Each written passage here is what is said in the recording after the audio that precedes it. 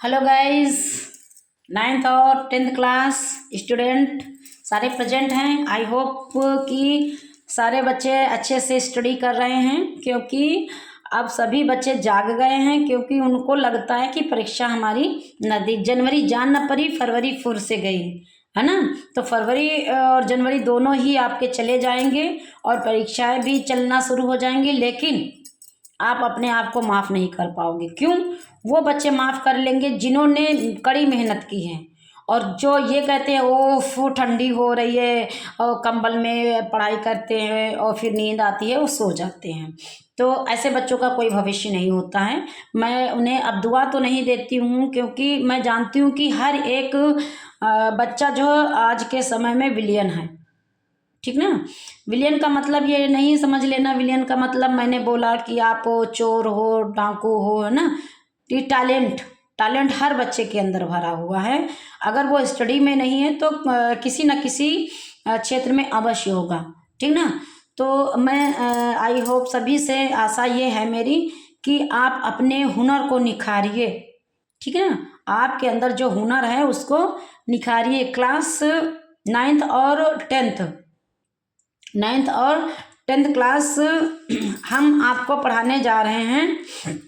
Chapter है आपका सुभद्रा कुमारी चौहान का मातृ मंदिर की ओर साहित्य सागर में पद भाग से, ठीक ना। और अभी जितना हमने पद भाग में पढ़ाया है, सभी बच्चों से हम यही बोलेंगे कि सारे बच्चे नोट्स बना लें, क्योंकि अब परीक्षाएं आपकी प्रारंभ होने वाली हैं। एक ही महीना आपके पास शेष बचा है, जनवरी सिर्फ, और आप तो जानते ही फरवरी में एग्ज़ाम होना शुरू हो जाते हैं। तो चलिए, समय हम बर्बाद नहीं करते हैं, लिखते हैं, आपको समझाते हैं। सुभद्रा कुमारी चौहान का जन्म 16 अगस्त सन 1904 में प्रयाग इलाहाबाद में हुआ था। कहाँ हुआ था स्टूडेंट? प्रयाग, जो आजकल कहाँ है? इलाहाबाद। इनकी कविताओं तथा कहानियों पर देशभक्ति की भावना की गहरी छाप है। ये मध्य प्रदेश की विधानसभा असेंबली की सदस्य भी रही हैं। सन 1948 में मोटर दुर्घटना में इनका देहांत हो गया। क्लास जब हमारा देश आज़ाद हो गया, 1945 में हमारा देश आज़ाद हुआ था, और 1948 में कार एक्सीडेंट में ये इनका जो है स्वर्गवास हो गया था। तो इनकी खूब लड़ी मर्दानी, वो तो झांसी वाली रानी थी। कविता उत्तर भारत के घर घर में गाई जाती है, ये बात बिल्कुल सही है। क्लास जब हम लोग जो है 8th क्लास में थे, अपना ओपिनियन आपको बता रहे हैं, तो यही सुभद्रा कुमारी चौहान जी की जो कविता थी, खूब लड़ी मर्दानी, वो तो झांसी वाली रानी थी, चमक उठी सन 57 में वह तलवार पुरानी थी, बूंदेले हर बोलो की मुँह हमने सुनी कहानी थी, खूब लड़ी मर्दानी, वो तो झांसी वाली रानी थी।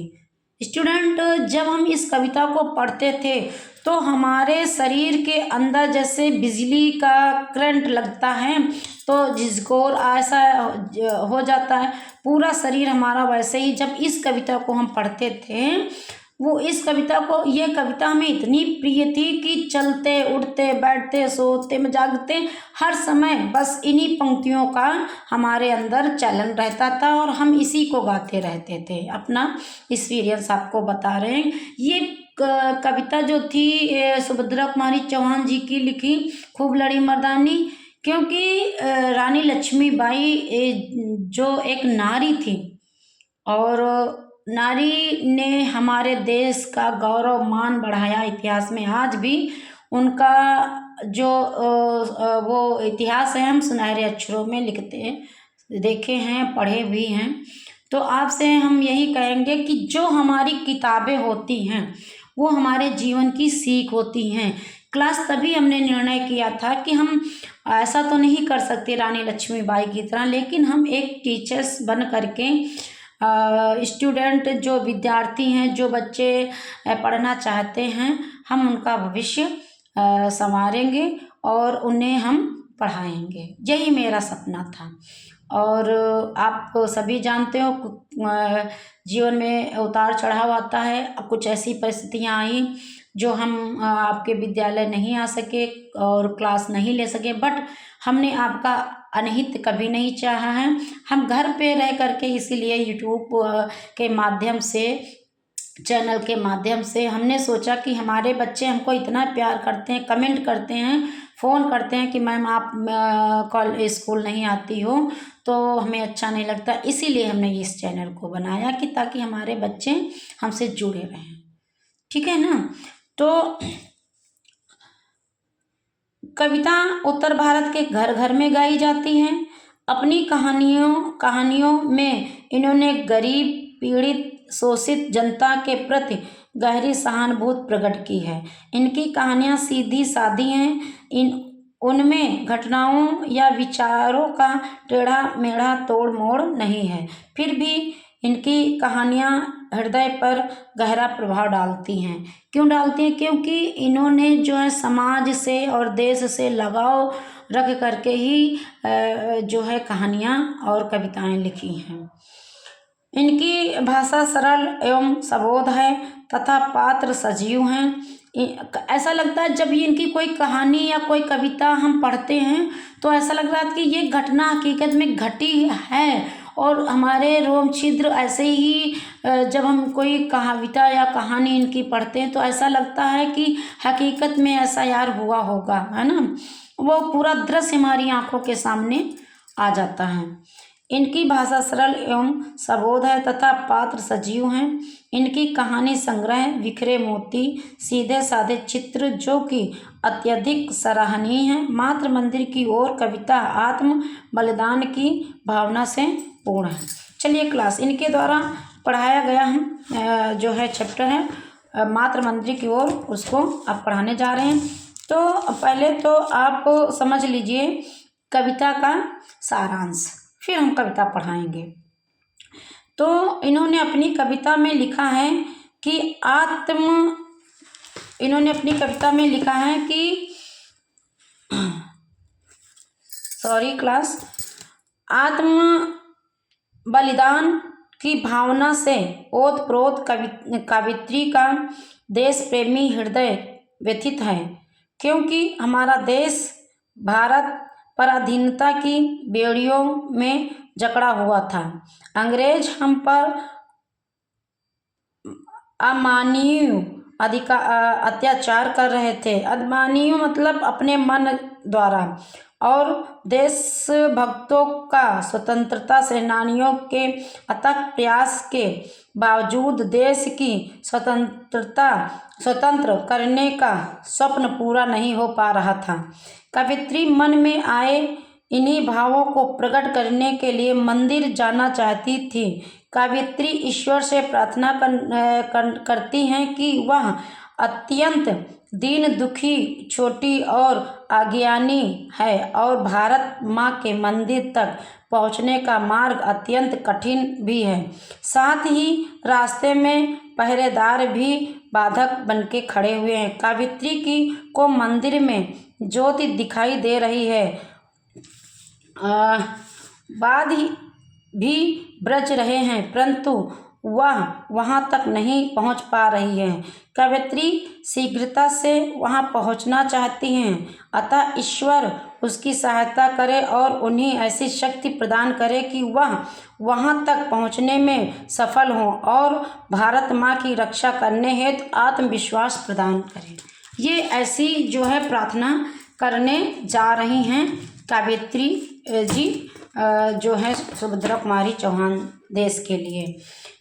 विदित है मेरा हृदय प्रदेश, चलूं उसको बहलाऊं आज, बताकर अपना सुख दुख उसे हृदय का भार हटाऊं आज। कहती हैं कि मैं मंदिर जाऊंगी और भगवान के सामने प्रार्थना करूंगी कि आप हमारे देश में जो दीन दुखियों पर अंग्रेज अत्याचार कर रहे हैं और जो अपना मनमानी अत्याचार कर रहे हैं। क्लास पहले ऐसे होता था कि हम अंग्रेजों के गुलाम हमारे पूर्वज थे, ठीक ना। बहुत संघर्ष हुआ, बहुत ही संघर्ष के बाद आज हमें स्वतंत्रता प्राप्त हुई है, आज़ादी मिली है। तो उसी की प्रार्थना करने के लिए मंदिर की ओर जा रही हैं। चलूं माँ के पद पंकज पड़, नयन जल से नहलाऊं आज, मात्र मंदिर में मैंने कहा चलो दर्शन कर आऊं आज। अब सुभद्रा कुमारी चौहान जी आपको इन पंक्तियों में क्लास समझाते हुए कह रही हैं कि भारत माता के चरण मुझे, क्लास थोड़ा सा लाइट का प्रॉब्लम हो गया है, इसलिए थोड़ा सा